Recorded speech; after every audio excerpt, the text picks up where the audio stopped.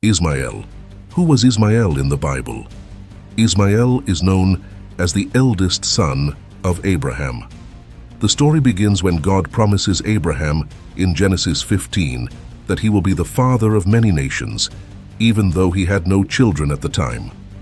Time passed, and Sarah, his wife, still couldn't get pregnant, raising doubts about how God's promise would come true.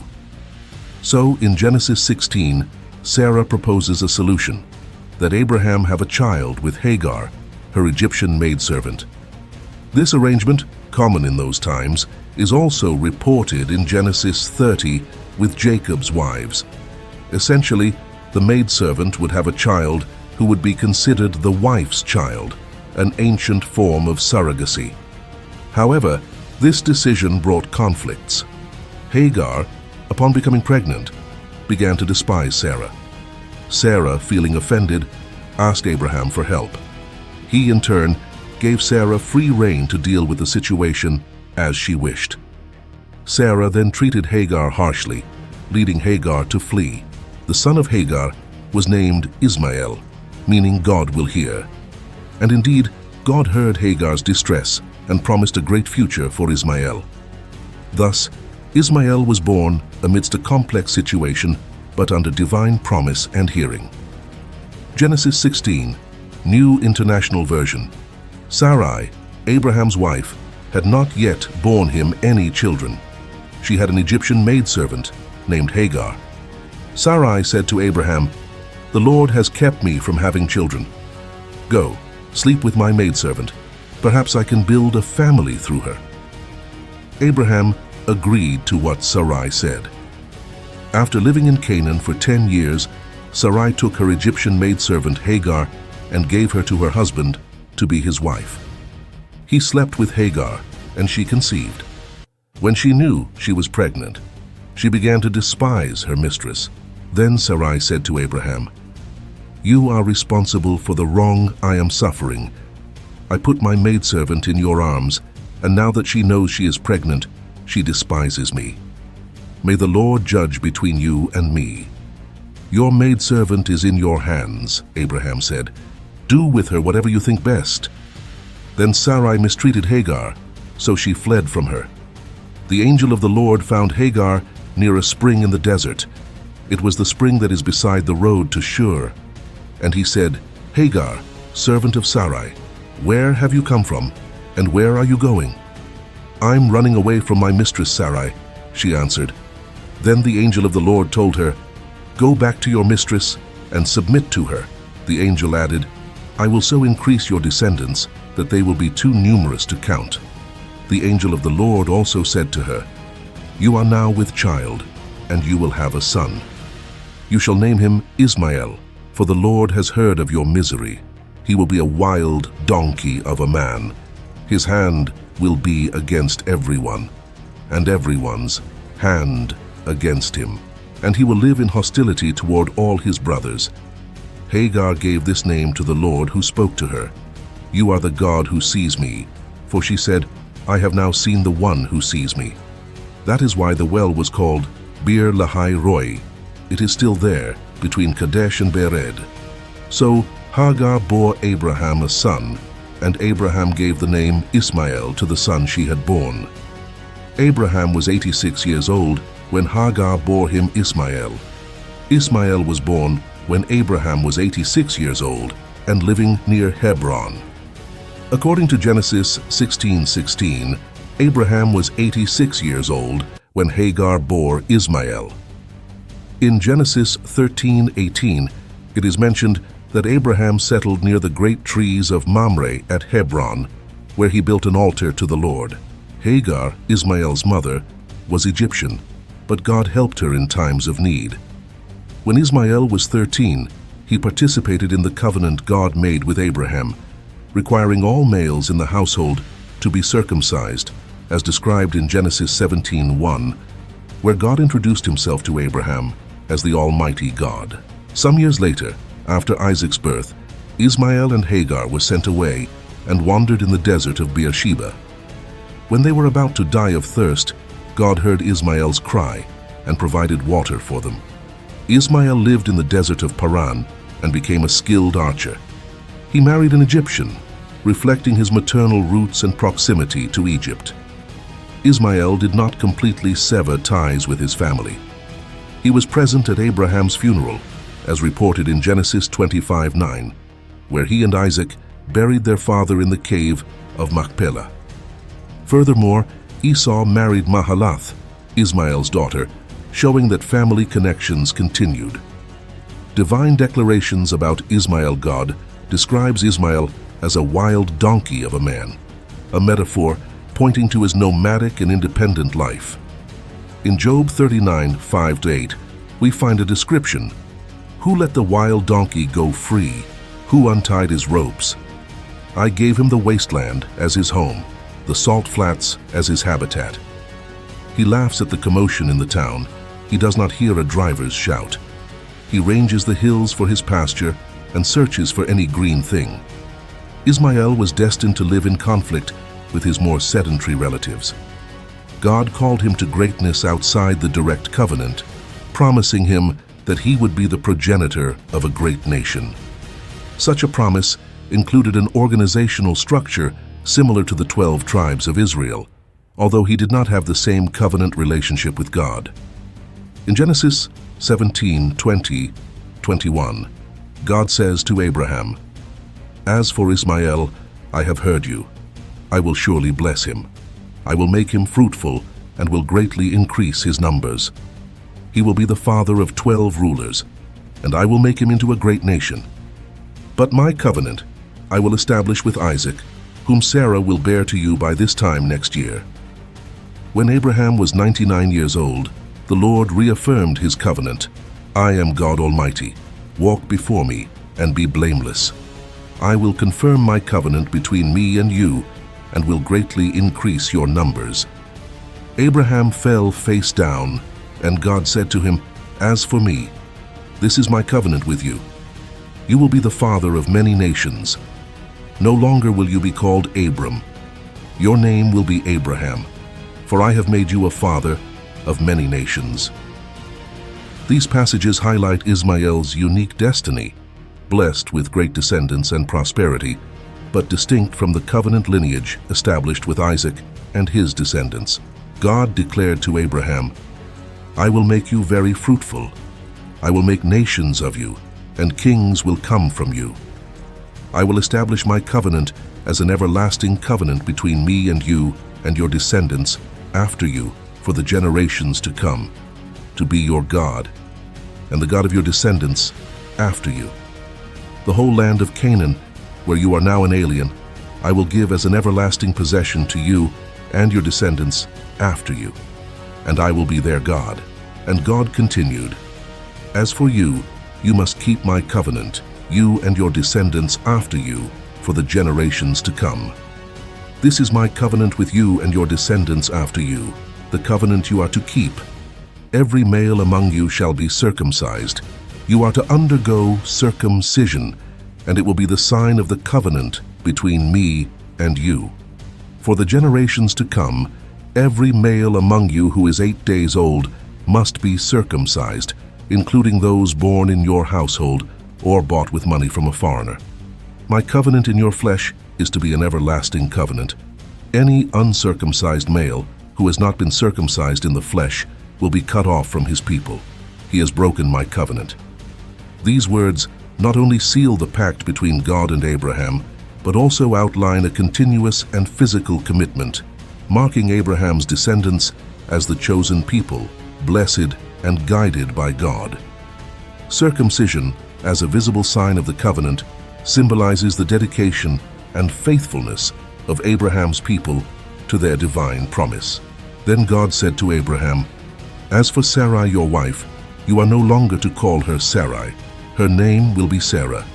I will bless her and will surely give you a son by her. I will bless her so that she will be the mother of nations. Kings of peoples will come from her." Abraham fell face down. He laughed and said to himself, "Will a son be born to a man 100 years old? Will Sarah bear a child at the age of 90? And Abraham said to God, "If only Ishmael might live under your blessing." Then God said, "Yes, but your wife Sarah will bear you a son, and you will call him Isaac. I will establish my covenant with him as an everlasting covenant for his descendants after him.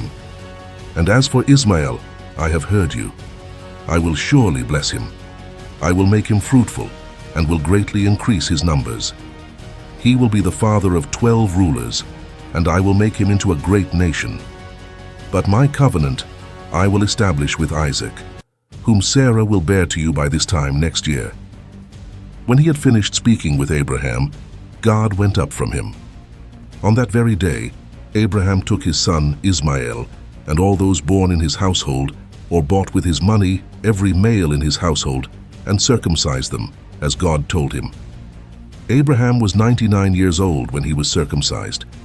Ishmael was 13 when he was circumcised. On the same day his father Abraham was circumcised. This event marked a clear distinction between the promise of national greatness and the experience of the divine covenant. The promise of a great nation for Ishmael is reiterated in Genesis 21:13 and 18. "I will make the son of the maidservant into a nation also, because he is your offspring, and lift the boy up and take him by the hand, for I will make him into a great nation." These promises highlight that despite being circumcised according to God's command, Ishmael was not the heir of the covenant. Genesis 17:10 states, "This is my covenant with you and your descendants after you, the covenant you are to keep. Every male among you shall be circumcised." However, while Ishmael was circumcised, he was not the sign of the covenant God established with Abraham.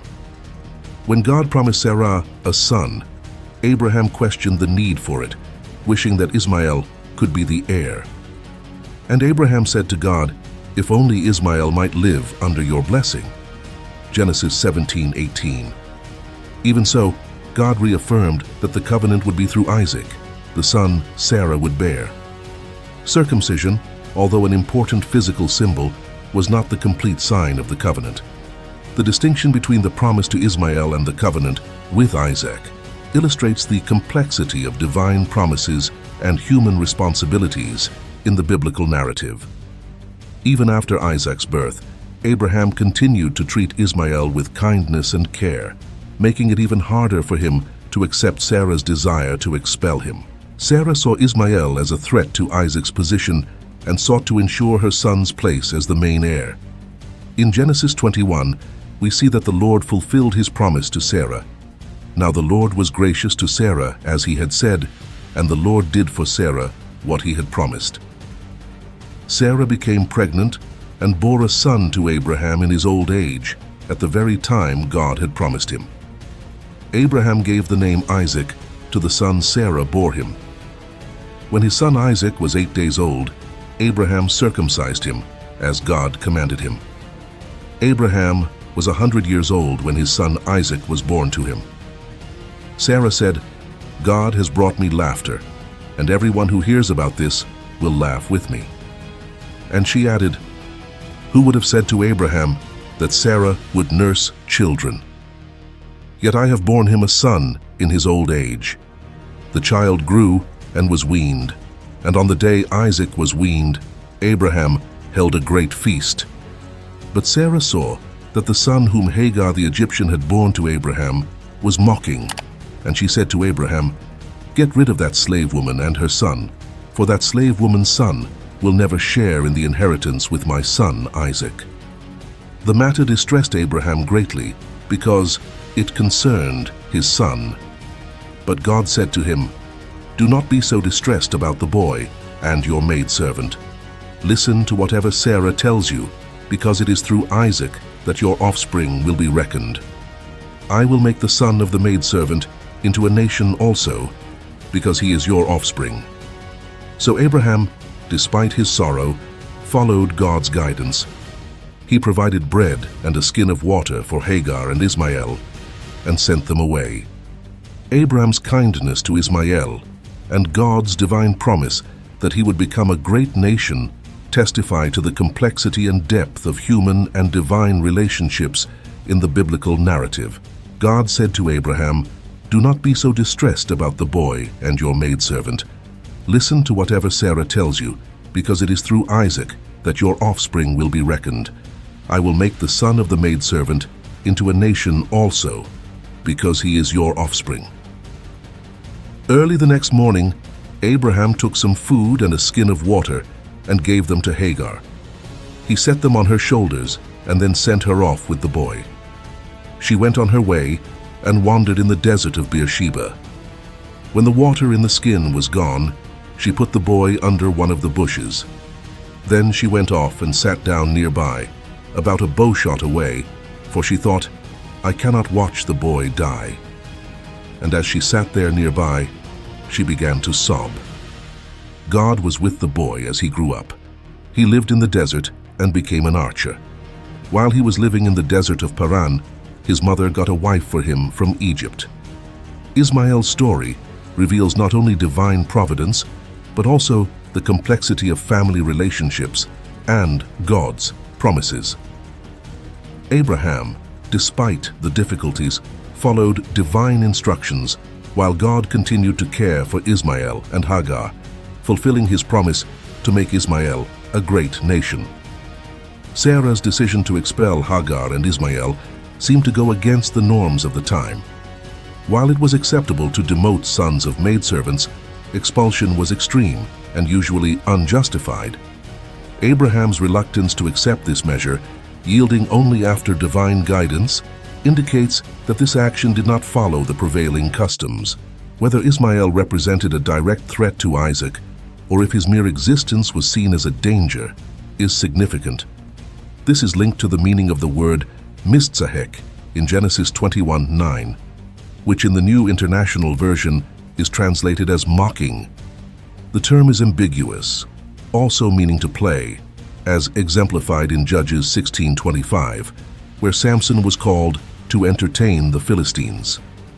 Sarah's concern seems more related to Isaac's position as the heir.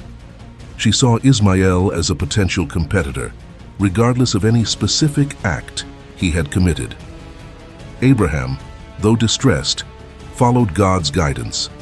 He got up early, prepared provisions for Hagar and Ishmael, and sent them into the desert. This difficult decision demonstrates Abraham's obedience, even when contrary to his personal desires and the customs of the time.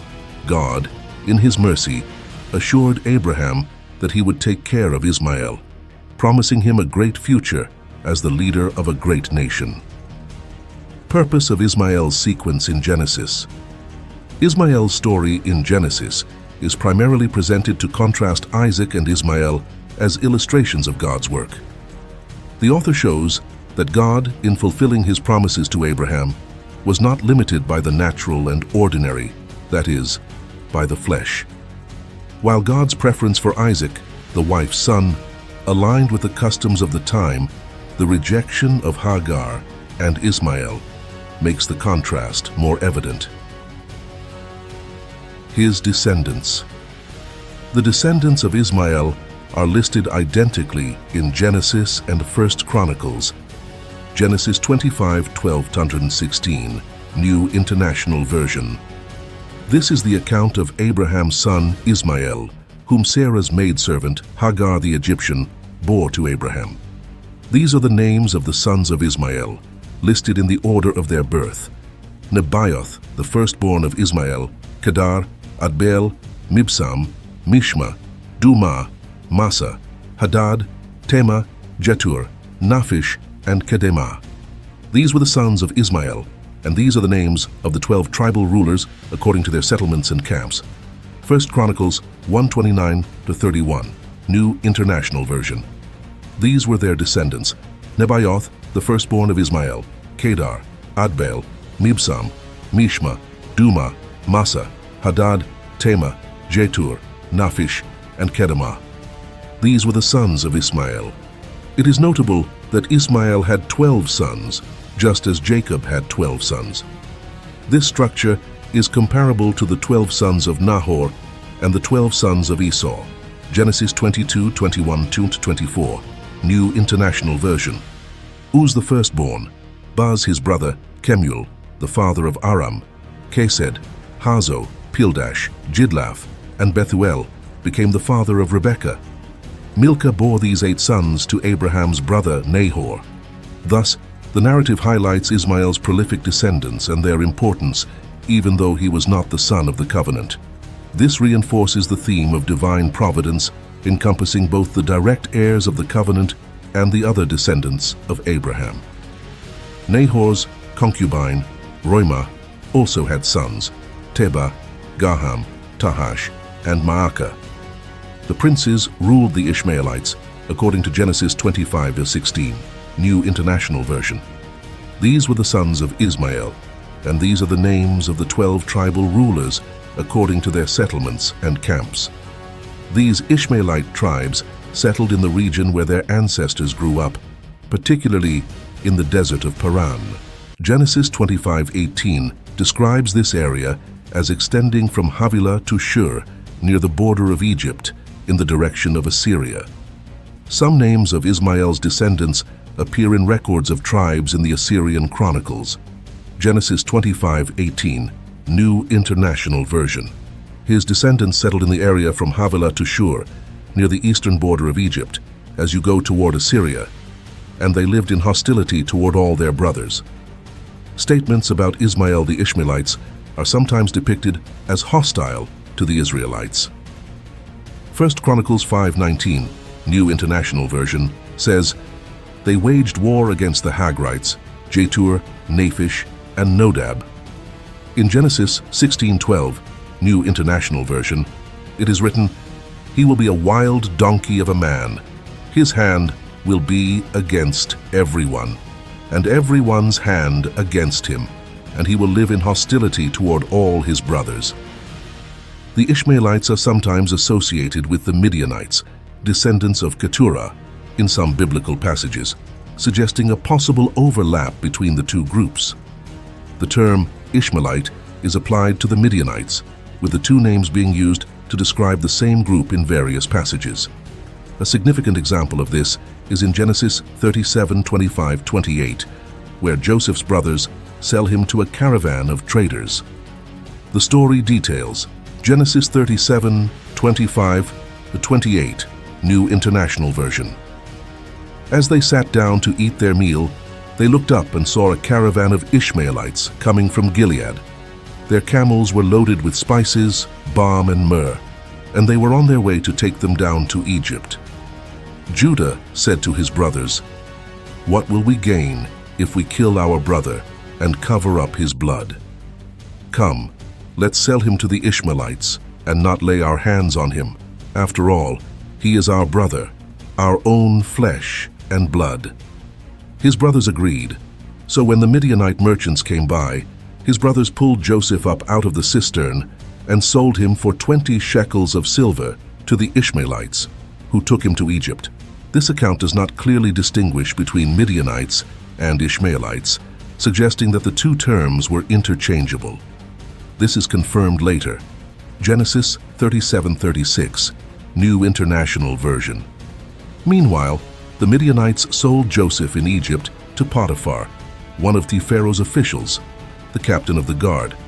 Genesis 39:1, New International Version. Now Joseph had been taken down to Egypt. Potiphar, an Egyptian who was one of Pharaoh's officials, the captain of the guard, bought him from the Ishmaelites, who had taken him there. Judges 8:24 also uses the term Ishmaelites to refer to Gideon's enemies, and he said, "I do have one request, that each of you give me an earring from your share of the plunder." It was the custom of the Ishmaelites to wear gold earrings. Thus, in the narrative of Joseph's sale, the Bible uses Ishmaelites and Midianites interchangeably, indicating that these tribes were seen as related or even as a single group in Israelite tradition. The sequence of Ishmael is used by Paul in his epistles, although he does not mention Ishmael by name. In Galatians 4, Paul clearly bases his teaching on the chapters of Genesis, highlighting the difference between Ishmael and Isaac. Ishmael, being the son of Hagar, was born according to the flesh, while Isaac, the son of Sarah, was born according to the divine promise, that is, according to the Spirit. Paul refers to this in Galatians 4:29, New International Version. At that time, the Son, born according to the flesh, persecuted the Son, born by the power of the Spirit. It is the same now. The connection between Paul's observation and the Genesis narrative is evident in the next verse, Galatians 4:30, which directly references Genesis 21:10.